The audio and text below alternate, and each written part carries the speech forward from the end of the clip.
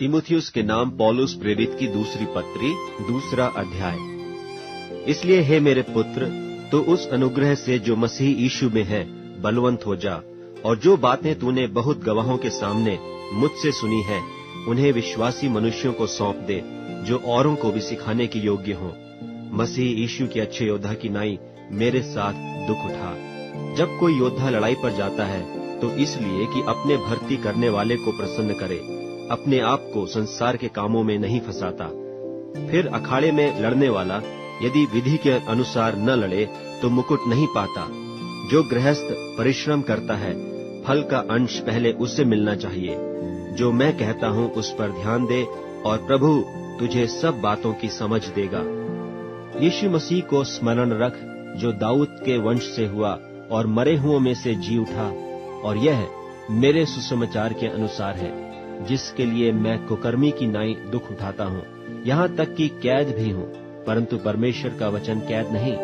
इस कारण मैं चुने हुए लोगों के लिए सब कुछ सहता हूँ, कि वे भी उस उद्धार को जो मसीह यीशु में है अनंत महिमा के साथ पाएं। यह बात सच है कि यदि हम उसके साथ मर गए हैं तो उसके साथ जिएंगे भी। यदि हम धीरज से सहते रहेंगे तो उसके साथ राज्य भी करेंगे। यदि हम उसका इनकार करेंगे तो वह भी हमारा इनकार करेगा। यदि हम अविश्वासी भी हों तो भी वह विश्वास योग्य बना रहता है, क्योंकि वह आप अपना इनकार नहीं कर सकता। इन बातों की सुधि उन्हें दिला और प्रभु के सामने चिता दे कि शब्दों पर तर्क वितर्क न किया करें, जिनसे कुछ लाभ नहीं होता, वरन सुनने वाले बिगड़ जाते हैं। अपने आप को परमेश्वर का ग्रहण योग्य और ऐसा काम करने वाला ठहराने का प्रयत्न कर, जो लज्जित होने न पाए और जो सत्य के वचन को ठीक रीति से काम में लाता हो। पर अशुद्ध बकवाद से बचा रहे, क्योंकि ऐसे लोग और भी अभक्ति में बढ़ते जाएंगे और उनका वचन सड़े घाव की नाई फैलता जाएगा।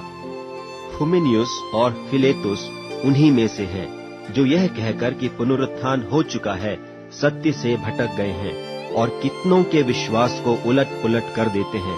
तो भी परमेश्वर की पक्की नींव बनी रहती है और उस पर यह छाप लगी है कि प्रभु अपनों को पहचानता है, और जो कोई प्रभु का नाम लेता है वह अधर्म से बचा रहे। बड़े घर में न केवल सोने चांदी ही के, पर काठ और मिट्टी के बर्तन भी होते हैं, कोई कोई आदर और कोई कोई अनादर के लिए। यदि कोई अपने आप को इनसे शुद्ध करेगा तो वह आदर का बर्तन और पवित्र ठहरेगा और स्वामी के काम आएगा और हर भले काम के लिए तैयार होगा। जवानी की अभिलाषाओं से भाग, और जो शुद्ध मन से प्रभु का नाम लेते हैं उनके साथ धर्म और विश्वास और प्रेम और मेल मिलाप का पीछा कर। पर मूर्खता और अविद्या के विवादों से अलग रहे, क्योंकि तू जानता है कि उनसे झगड़े होते हैं। और प्रभु के दास को झगड़ालू होना न चाहिए, पर सबके साथ कोमल और शिक्षा में निपुण और सहनशील हो, और विरोधियों को नम्रता से समझाए।